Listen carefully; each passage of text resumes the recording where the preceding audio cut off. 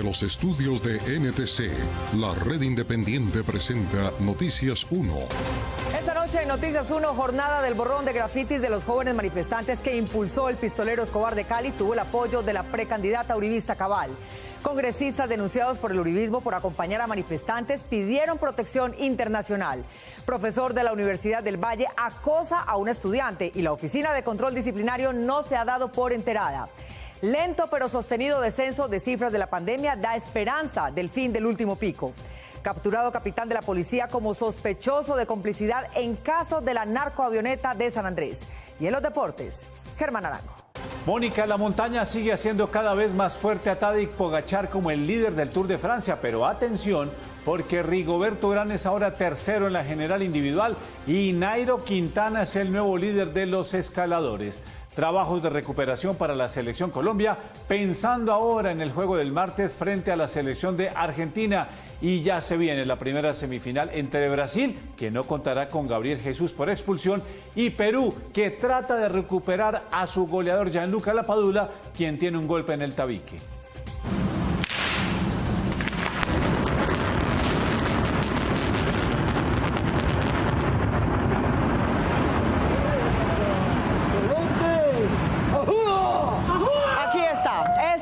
Del día, la implosión que en solo 2 segundos desapareció el edificio que durante 60 años fue sede del Ministerio de Defensa. Para despejar el terreno de su futura nueva sede, la demolición involucró 433 kilos de explosivos Indugel, que produjeron 222.000 metros cúbicos de escombros que a partir de hoy deben ser despejados antes de septiembre. De esta historia hablaremos hoy. Por la prensa libre y el derecho que todos ustedes tienen a la verdad, yo soy la red independiente. Presenta Noticias 1 con Mónica Rodríguez y Germán Arango. Buenas noches y bienvenidos a la mejor información del fin de semana. En un nuevo episodio de confrontación en Cali, el pistolero que se vio hace un mes disparando contra manifestantes en Ciudad Jardín convocó a borrar los grafitis de los estudiantes. ¿Qué sucedió, Víctor Ballestas? Mónica, desde Miami, Andrés Escobar hizo la convocatoria y no solo algunas personas asistieron para echarle pintura color gris plomo a los dibujos, sino que recibió el respaldo de la precandidata presidencial del uribismo, María Fernanda Cabal. Este pistolero que se hizo dramáticamente famoso por las imágenes en que se le veía disparando contra grupos de manifestantes en el barrio Ciudad Jardín de Cali, al lado de unos policías el pasado 28 de mayo en medio del paro nacional, se trasladó a Miami al parecer para evitar comparecer ante alguna autoridad que lo requiera por su conducta belicosa y probablemente delictiva. Desde una tranquila playa de la Florida, volvió a incitar a la confrontación. Me tildan de paramilitar. Andrés Escobar, que se promociona como empresario, convocó a una pintatón, como llamó a la actividad colectiva para cubrir con color gris los murales dibujados por los jóvenes de las marchas, que se han convertido en un símbolo de protesta pacífica. Los voceros estudiantiles rechazaron el desafío que implica la desaparición de sus pinturas. Ahora quiere disparar contra los murales que han despertado conciencia. Dice que para la gente de bien, murales que generan odio, según él. El llamado del sujeto Escobar tuvo eco en un grupo de caleños que llegó a la carrera primera con calle Quinta en el centro de Cali para cubrir los murales. Están despintándolo. Lleguemos, pues. Estaban vestidos con camisetas blancas marcadas en el frente con la frase "Yo soy seguridad" y en la espalda la consigna "No al comunismo". Algunos, que aseguraron que pertenecían a una empresa privada, admitieron que cumplían órdenes. ¿Me dices que es el comunismo? ¿Por qué hay que rechazarlo? La verdad no tenía conocimiento. ¿No tenías conocimiento de eso? En el sitio, algunos de los jóvenes que se unieron a la jornada del borrón serían de acuerdo con la denuncia de quienes se oponían a la desaparición de los grafitis, auxiliares de la policía de Cali. Aunque el pistolero Andrés Escobar no apareció en el punto de la convocatoria, pues debe continuar en Miami, quien sí apareció fue la senadora uribista María Fernanda Cabal. Hablando como precandidata presidencial del uribismo, dio un discurso de apoyo a los residentes de Ciudad Jardín, mientras uno de sus hijos trinó que estaba con la gente de bien. Cabal rechazó el derecho a la protesta. No hay ningún derecho fundamental a la protesta, es falso. El derecho fundamental es a la vida, a la movilidad, al trabajo. La La senadora, que fue increpada y abucheada por algunos, caminó unas cuadras mientras era custodiada por un grupo de uniformados de la policía de Cali. No obstante, que acababa de dar una entrevista contra el jefe de los uniformados, el alcalde de Cali, al que llamó cómplice de los vándalos. El alcalde Ospina le contestó en Twitter. No debemos estar para nada equivocados en nuestra estrategia. Si quien decidió atacar nuestro gobierno es María Fernanda Cabal, aportante de odio, intransigencia y falta de respeto total por la dignidad humana, en la historia nos veremos, nosotros del lado de la vida y usted en la maldad. Dios es uno y Dios nos quiere libres. En medio del rifirrafe político, sin siquiera secarse la pintura gris de los murales, los manifestantes volvieron a dejar su mensaje. No nos van a callar. Y mientras el senador Roy Barreras rechazaba los gestos de Cabal, tras él, los estudiantes de las marchas volvieron a pintar los murales y a mostrar sus pancartas con dicientes mensajes. Los congresistas de la oposición que fueron denunciados por miembros del partido de gobierno por apoyar a los jóvenes manifestantes del paro pidieron protección internacional. Eduardo López Júquer. Mónica, 9 parlamentarios de diferentes partidos enviaron una comunicación a la Unión Interparlamentaria de Naciones Unidas porque creen que no tienen garantía de neutralidad de los órganos judiciales colombianos.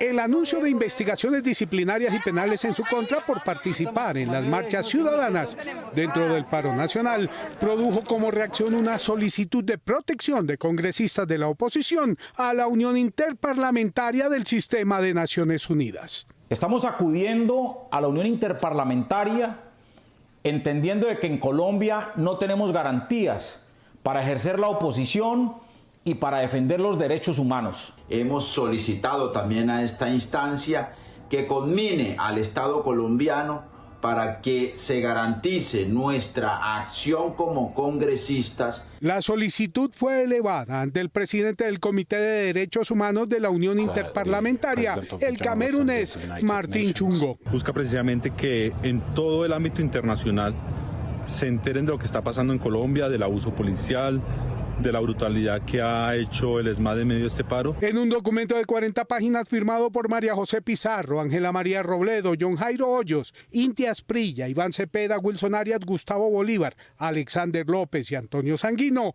estos detallan las acciones que consideran violatorias de sus derechos. La persecución que se viene dando contra los parlamentarios que hemos apoyado la protesta pacífica en Colombia atenta contra la democracia en Colombia. Advertidos de las investigaciones en su contra, los congresistas colombianos solicitaron acompañamiento especial de la Unión Interparlamentaria. Para que se nos den plenas garantías en los distintos procesos que se adelantan desde la Procuraduría, inclusive la Policía y el Ejército. El Parlamento Europeo anunció el envío de una comisión de seguimiento a nuestro país. Clément Volé, el relator de las Naciones Unidas para los Derechos de Reunión y Asociación, escuchó el balance de las organizaciones no gubernamentales sobre el paro nacional en Colombia y manifestó su disposición a viajar al país para conocer este tema a profundidad. El relator especial sobre los derechos a la libertad de reunión pacífica y de asociación de las Naciones Unidas, Clément Volé, presentó al Consejo de Derechos Humanos su informe sobre las dificultades que tienen los manifestantes al acceso a la justicia. Aunque en el informe no nombró específicamente a Colombia, el relator mostró su preocupación por las acciones que han tomado algunos gobiernos para impedir las protestas pacíficas, como lo ha hecho el gobierno Duque. Instead of listening to the grievances of people and undertaking a sincere dialogue to resolve the crisis caused by COVID-19, some governments continue to impose restrictions and blockade by carrying out states of emergency, justifying the use of force and severe penalties. En su informe, el relator especial hizo recomendaciones a los estados para que se garantice el derecho al acceso a la justicia por parte de los manifestantes, entre las que dijo que es necesario que los gobiernos permitan la observación de organismos independientes durante las protestas. National preventive mechanisms for torture and other regional mechanisms should be allowed to observe protests and report on the excessive use of force. En un evento paralelo con organizaciones sociales de diferentes partes del mundo y en donde el relator les expuso el informe, participó a nombre de Colombia la abogada del colectivo José Alvear Restrepo, Yomari Ortegón, quien presentó los abusos por parte de la policía a los manifestantes. Se han documentado por lo menos 84 homicidios y 1.790 casos de heridos.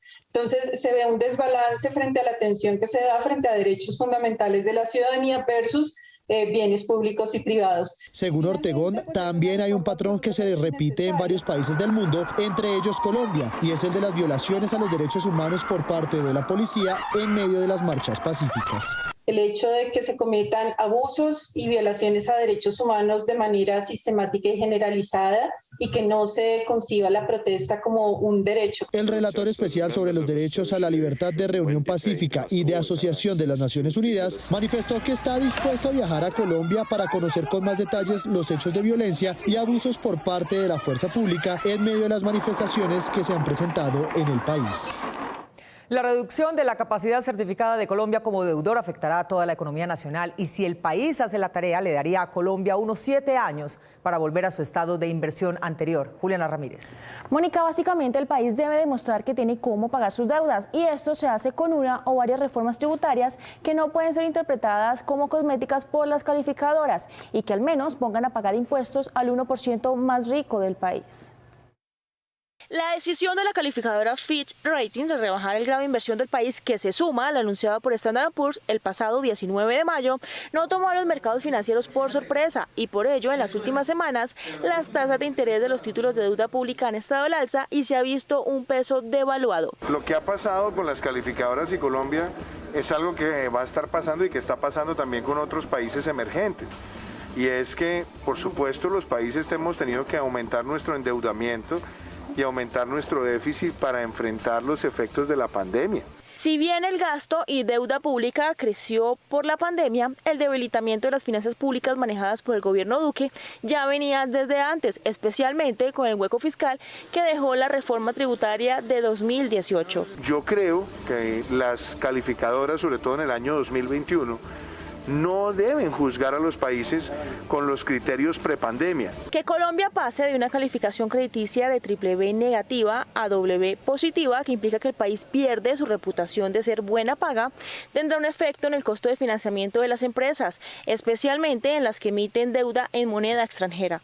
Pero ¿cómo afectará esto a la gente de a pie? En la medida que el aumento de las tasas de interés de los TES, sobre todo de largo plazo, se podría traducir en mayores tasas de préstamos de largo plazo, en particular de los créditos hipotecarios. Se generará posiblemente una presión en el dólar, por eso se puede asumir que los productos importados y los insumos muy posiblemente subirán de precio para los colombianos. El mercado nos va a seguir prestando, pero a un interés más caro. Esto implica que vamos a necesitar más recursos del gasto público para pagar la deuda y esto nos lleva eventualmente a tener que reducir otros gastos como el gasto social. En el camino para recuperar el grado de inversión se debe tramitar una reforma tributaria que le genere tranquilidad y credibilidad a los mercados, pero esto no será suficiente según expertos. Probablemente vamos a tener que esperar que otros gobiernos, los siguientes gobiernos, tomen medidas más estructurales que permitan poner en cintura el gasto público y quizás una vez la economía esté recuperada y fortalecida, proponer nuevamente un aumento de impuestos. Las calificadoras no se van a convencer con una reforma cosmética, se necesita algo mucho más ambicioso que genere ingresos que sean permanentes. Y esto debe incluir poner a pagar impuestos a los que más tienen y a los que más pueden. El 20% del ingreso del país está acumulado en el 1% de la población. Esta semana el ministro de Hacienda José Manuel Restrepo, la vicepresidenta canciller Marta Lucía Ramírez y una comisión de empresarios visitarán Wall Street en Nueva York. El cura que se hizo famoso en Ibagué por sus supuestos métodos de sanación era en realidad un predador sexual que utilizaba la sotana y sus ritos para dejar en indefensión a sus víctimas. La arquidiócesis lo denunció y hoy está en prisión por violación. Si alguien vino a aburrirse, a amargarse, está en el lugar equivocado. Este es el sacerdote católico José Freddy Martínez, párroco de la iglesia del corregimiento de Villa Restrepo, a 12 kilómetros de Ibagué, y quien fue capturado por la denuncia de que sería un abusador sexual de al menos 7 mujeres de su feligresía. Seguiremos pensando en qué voy a hacer el fin de semana. Aunque en sus sermones se veía muy religioso, algunas de sus víctimas decidieron denunciarlo después de años de silencio. Yo a los 14 años fui víctima de su abuso. Él sentía placer y disfrutaba el mal que le hacía a las personas que lo rodeaban. Las víctimas aseguraron que el clérigo que llegó a Ibagué hace 20 años las sugestionaba con un supuesto don que tenía para controlar la mente de sus fieles. Era un poder que él tenía o que tiene, me imagino que todavía lo tendrá, que es perder la voluntad sobre tu cuerpo y ahí poder acceder a ellas. Utilizó ese medio del descanso en el espíritu para abusarla sexualmente. Algunas de las denunciantes afirmaron que el sacerdote conformaba grupos juveniles con los que tenía frecuente contacto social y que en esos grupos escogía a sus supuestas víctimas, a las que trataba a veces de una manera y a veces de otra. En ocasiones nos hacía desnudar para hacernos castigos con látigos, con ortiga.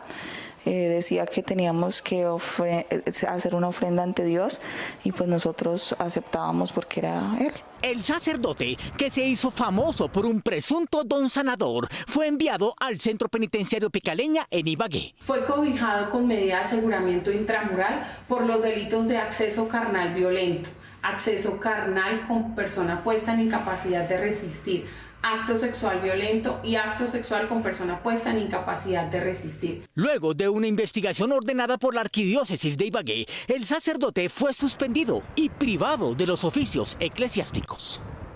En marzo de 2020, una estudiante de la Universidad del Valle comenzó a ser acosada por un profesor a quien denunció, pero él arreciaba sus ataques machistas. El fiscal del caso resolvió leer también como machista la denuncia y abrió un expediente por violencia intrafamiliar. Dayana Cruz. Mónica, ella y nosotros esperábamos una respuesta de la universidad, pero esta dejó nuestro mensaje en visto.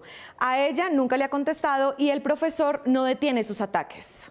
Un estudiante de filosofía de la Universidad del Valle fue víctima de acoso sexual y de maltrato psicológico por parte de uno de sus profesores durante largo tiempo. Y aunque ella ha denunciado la persecución que ha sufrido por quien tiene un contrato con esa universidad, no ha logrado que la justicia le brinde protección y ni siquiera que las directivas de ese conocido centro educativo, cuyo funcionamiento depende de los dineros públicos, intervengan para garantizar sus derechos a una vida digna y sin discriminación de género.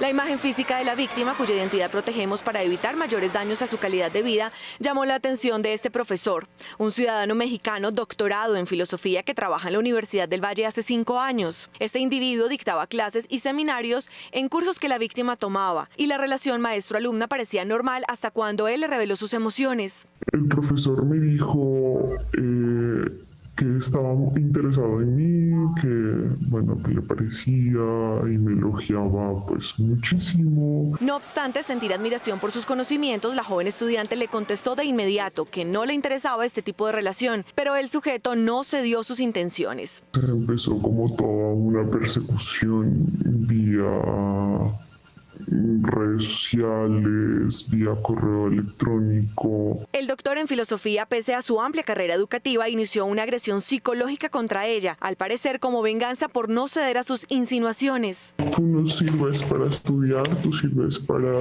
trabajar como prostituta. Abusando de su posición de poder como profesor de una estudiante, continuó la persecución mediante mensajes hasta cuando ella decidió formular una denuncia en la fiscalía. Esto ocurrió hace un año, en julio del año pasado, pero el caso nunca avanzó. Cuando interpuso un derecho de petición, se enteró por qué. Y el fiscal que me respondió estaba encargado de violencia intrafamiliar. La víctima también puso en conocimiento a las directivas de la Universidad del Valle sobre las agresivas actitudes del profesor mexicano. Nuevamente se sintió revictimizada. Los funcionarios de la universidad no le creyeron y le pidieron pruebas. Después aseguraron que investigarían el caso, pero hasta el momento no han hecho ni dicho nada. Y el profesor acosador continúa dictando clases. Noticias 1 se comunicó con la Universidad del Valle y nos remitió con el profesor Luis Humberto Casas, jefe de la Oficina de Control Disciplinario Interno Docente, pero él no quiso pronunciarse.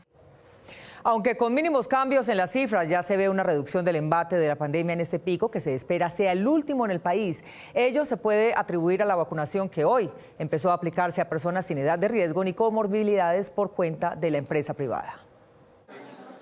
Hoy a las 10 de la mañana arrancó en Bogotá el plan de vacunación de los privados liderado por la ANDI, en el que la única medida de priorización es pertenecer a la nómina de algunas de las 5.500 empresas que están participando. Poder contar con 32 gremios que confiaron en esta iniciativa y poder contar también con más de 1.250.000 personas que hoy se están empezando a vacunar, nos demuestra que primero estamos haciendo una alianza público-privada gigantesca. Telefónica Movistar, que adquirió 4.000 dosis de Sinovac, fue la primera organización en aplicar las vacunas a sus empleados. Estamos muy satisfechos con lo que está pasando hoy. Fue un trabajo arduo, un trabajo de alineación de muchos frentes, pero lo logramos y somos hoy la primera empresa en vacunar a sus empleados. Priorizamos hoy nuestros colaboradores directos y algunos indirectos que han estado frente al cañón. Es una excelente oportunidad para nosotros como empleados y para los clientes que sepan que nos visitan, que sepan que nosotros estamos seguros, que sepan que tenemos todos los protocolos de seguridad y que ya tenemos la vacuna, que pues obviamente hace que los riesgos sean mucho menos. La mayoría de los trabajadores que se vacunarán son jóvenes y sin comorbilidades, es decir, están de últimos en la fila del plan de vacunación del gobierno. Tengo 30 años, todavía no está programado el tema de vacunación. Entonces, es importante que pudimos acelerar esto por medio de la empresa. Tengo 28 años y pues todavía estoy un poquito retirada de mi etapa de vacunación, pero pues esto lo hago en beneficio de la compañía, para la protección de los clientes y para mí, para mi familia y para todas las personas con las que yo tenga contacto en el transcurso del día. Este lunes arrancará la vacunación para las empresas del resto del país. Cabe precisar que en las principales ciudades los privados están vacunando a través de las cajas de compensación. Sin embargo, en algunas regiones la logística es mucho más compleja e involucra cierto grado de dispersión, por lo que las convocatorias serán diferentes. Bogotá tiene unos 13.000 habitantes sin casa y aunque la vacunación para ellos se inició esta semana, ya más de una cuarta parte han sido inoculados, pues para ellos se destinó el biológico Janssen, que produce la inmunidad necesaria con una sola dosis. Camilo Galán. Mónica, aunque el prejuicio dice que entre ellos circulan las noticias falsas y la desinformación, los primeros acudieron por voluntad propia, pues además de vivir expuestos al contagio, tienen morbilidades que los hacen más vulnerables. Me siento bien en el día de hoy. De esta vacuna, pues ojalá que funcione, ¿no? Como José, cerca de 3.000 personas en habitabilidad de calle en Bogotá iniciaron la vacunación con Janssen de la farmacéutica Johnson & Johnson, biológico que tiene la particularidad de que siendo igual de efectivo, solo requiere una dosis que la hace apta para poblaciones flotantes, que está calculada en 13.000 personas hoy. Uno diría que si son 15.000 los podemos vacunar todos en un día. No, al habitante de calle no, porque hay que irlo a buscar allá, hay que reconocer su diferencia, hay que respetar sus espacios y tenemos por supuesto que hacer evaluaciones médicas de suerte que no se corran riesgo. Los primeros fueron algunos que se encuentran en Balcanes, este centro de atención integral al habitante de calle. Ellos accedieron porque ya conocen el riesgo que corren si se contagian, aunque otros fueron más escépticos. Viene acá en este momento, pero no sé si en cualquier instante alguna persona tenga el COVID y como eso se prende, se transmite tan fácilmente. Entonces uno está bien en este minuto, no sabe en el otro cómo va a estar. Bueno, hay unos que dijeron que no, que les daba miedo, que de pronto era para matarlos, que no sé qué más. Ahora el reto por parte de las Secretarías de Integración Social y Salud será el de cumplir la vacunación de esta población que tiene un mayor riesgo de contagio y complicaciones. Ahora es el reto de convencerlos que se vacunen, poder estar pendientes de sus síntomas, de su situación. Eso es un reto hermoso, un reto que para nosotros no es ninguna dificultad, sino es la posibilidad de cambiar la vida de muchas personas. Aunque se espera completar rápidamente la vacunación, la base de datos registra que alrededor de 1.000 personas en habitabilidad de calle voluntariamente han asistido a los puntos de vacunación de la ciudad porque se encuentran priorizados dentro de las fases de vacunación habilitadas. Lo siguiente es determinar con exactitud cuál es la inmunidad que generan las vacunas en cada inoculado. Para esto se requiere otro examen cuyo laboratorio ya comenzó a funcionar. Para determinar con certeza el grado de inmunidad de una persona, abrió sus puertas un laboratorio que la analiza y determina para cada recuperado o vacunado. Nos da una medida y por encima de un número ya podemos decir que la persona tiene suficientes anticuerpos como para lo que se llama neutralizar el virus cuando nos entra al organismo. La prueba detecta selectivamente los anticuerpos dirigidos contra la proteína S del virus, la responsable de la unión del virus al receptor de las células humanas. Dado que la mayoría de las vacunas actualmente en uso se dirigen a esta proteína S específica, la prueba permite medir adecuadamente la respuesta inmune resultante tras la vacunación, como también la respuesta inmune resultante de una infección anterior.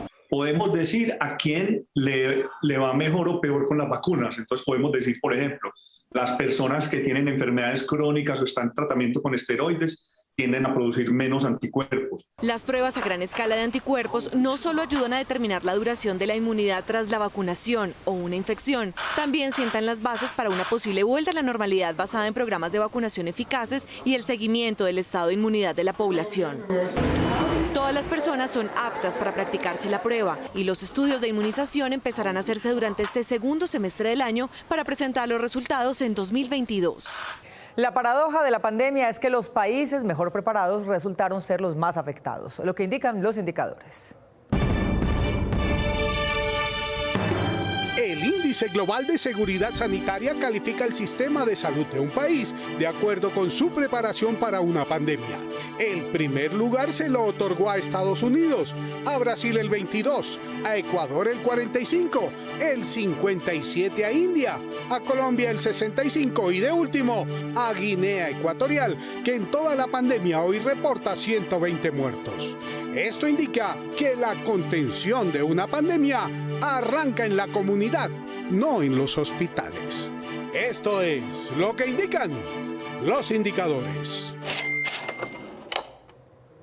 Ante la expectativa de una mesada pensional insuficiente, el sistema ofrece opciones de ahorro que le permitirán tener asegurada una mesada por más larga que vaya a ser su vida. Disfrutar con tranquilidad del esfuerzo de años de trabajo solo se logra con medidas anticipadas para que a la hora de pensionarse su ingreso sea suficiente. Una de las opciones que podría considerar es la renta vitalicia, en la que se garantiza a través de un seguro una suma de dinero mensual para que sin importar qué suceda, usted siempre cuente con la certeza de tener recursos.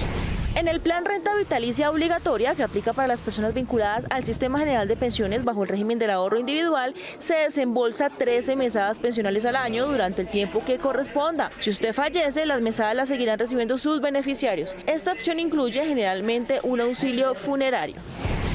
También existe la opción de plan renta voluntaria, alternativa con la que puede complementar el dinero que recibirá en su pensión. El mayor beneficio de esto es la reducción de la brecha pensional, que corresponde a la diferencia entre el dinero que recibirá en su pensión y el sueldo que tiene actualmente. Adicional, sin importar qué edad tenga, usted podrá usar esta renta voluntaria en cualquier momento. Las rentas mensuales se pagarán de acuerdo con el plazo contratado. Adicional a esto, se puede contratar un seguro pensional que ofrezca garantías fiscales, financieras y jurídicas. Las cuotas mínimas generalmente empiezan desde 100.000 pesos. Entre sus beneficios se destaca que el ingreso mensual que recibirá en el futuro no pierde el valor en el tiempo y aumenta cada año con el IPC. El Papa Francisco se recupera de una intervención quirúrgica que había programado para sus vacaciones. Los médicos dieron un parte de éxito en la operación y el Vaticano anunció que retomará sus actividades el 25 de julio.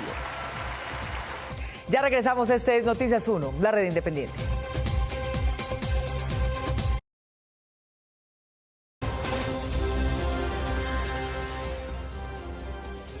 Lo vieron ustedes en nuestra imagen del día. El Ministerio de Defensa, cuyo edificio empezó a mostrar fisuras en 2014, ya no está en pie. Ahora en su lugar hay 250.000 de metros cúbicos de escombros, debajo de los cuales se construirá la nueva sede. 2, 1, fuego.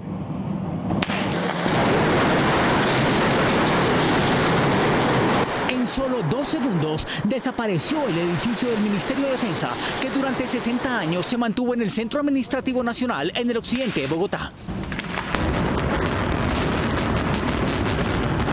Entre los años 2005 y 2014, ingenieros del Ejército realizaron en este complejo militar varios estudios de vulnerabilidad sísmica, evidenciando fallas estructurales que se incrementaron en julio y agosto de 2018, luego de fuertes sismos que superaron los 5 grados en la escala de Richter.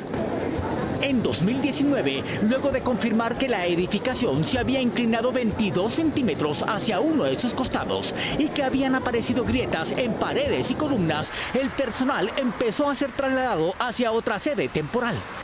Hoy terminó la historia de este edificio, que fue sede de 34 ministros de defensa desde su inauguración en 1962.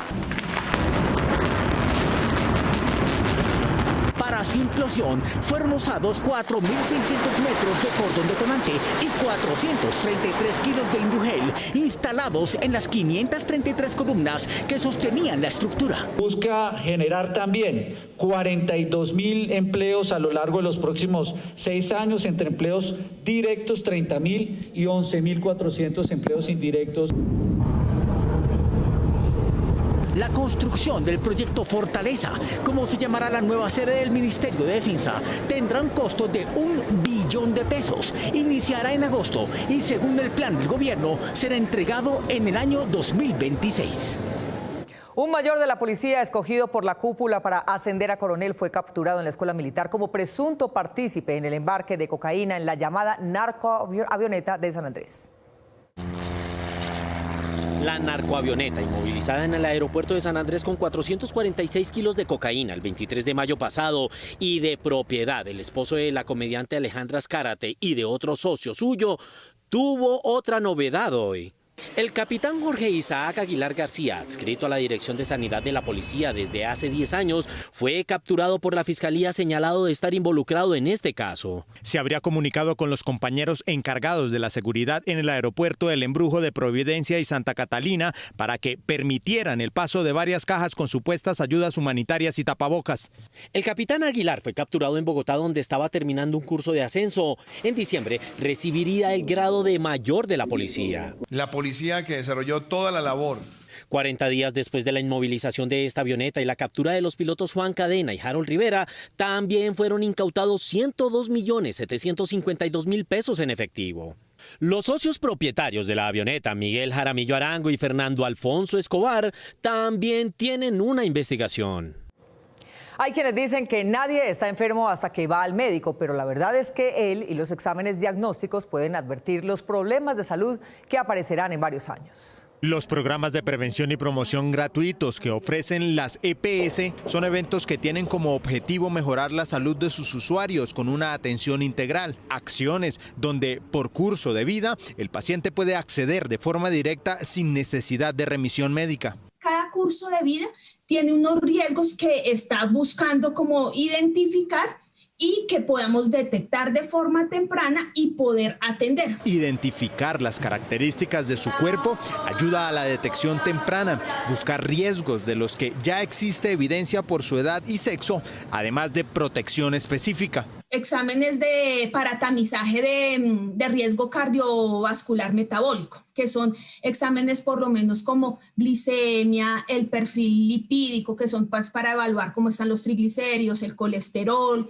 que miramos cómo está el riñón. Entonces, como un perfil, un paquetico de exámenes que me ayuda a mirar cómo está ese paciente. Tenga en cuenta que cada EPS tiene una estrategia diferente para la promoción de este tipo de programas a los que los usuarios tienen derecho a acceder. Lo importante es crear la cultura de la prevención para mejorar la calidad de vida y evitar en lo posible las citas de tipo curativo o de rehabilitación.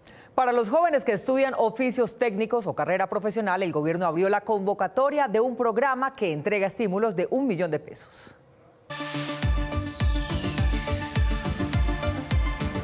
Esta semana se abrieron las inscripciones para el programa Jóvenes en Acción, que presta apoyo monetario a jóvenes que aspiren a recibir formación técnica, tecnológica o profesional. El programa funciona a través de transferencias condicionadas. Jóvenes en Acción tiene incentivos de hasta 1 millón de pesos por cada semestre si el estudiante ingresa a una universidad pública del país, o de hasta 1.200.000 pesos si el estudio es en el SENA.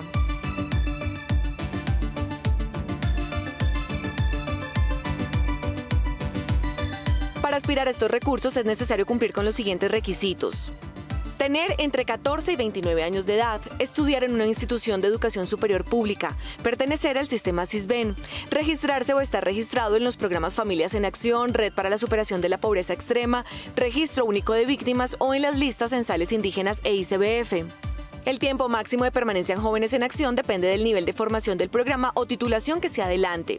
Los beneficiarios podrán solicitar aplazamiento del tiempo de permanencia en el programa por una vez y máximo hasta por un año calendario, siempre y cuando retome el mismo tipo de estudio.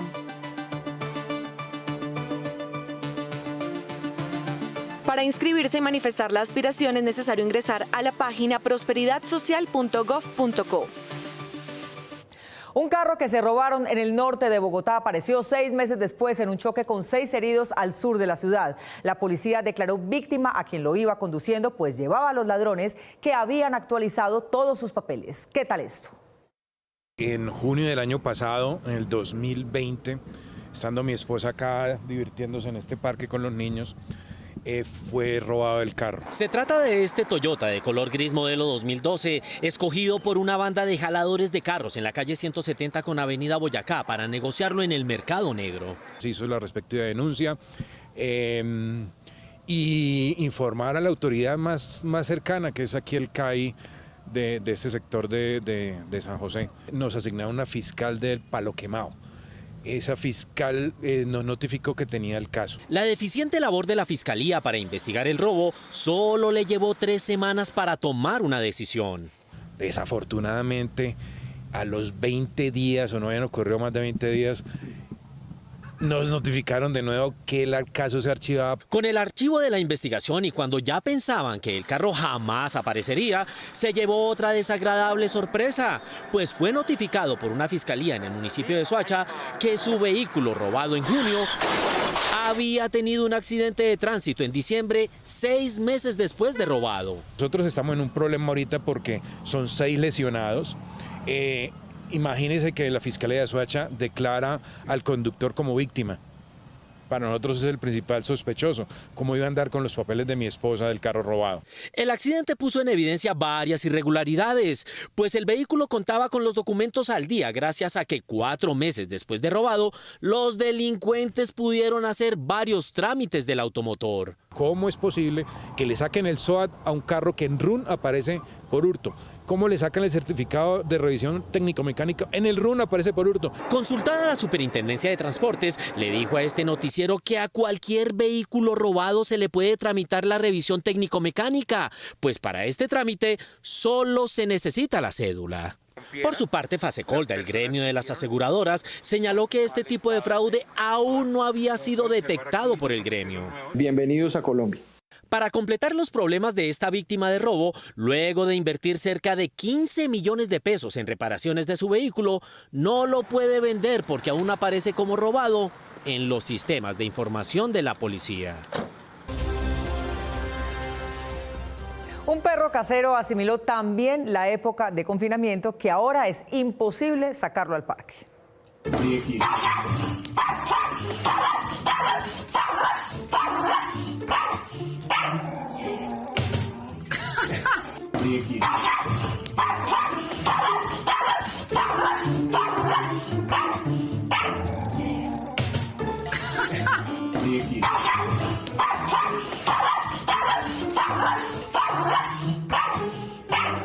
Nos vemos en las redes sociales y mañana lunes festivo a las 8 de la noche aquí en Cable Noticias con las mejores noticias del fin de semana. A ustedes, como siempre, gracias por elegir la independencia. Feliz noche.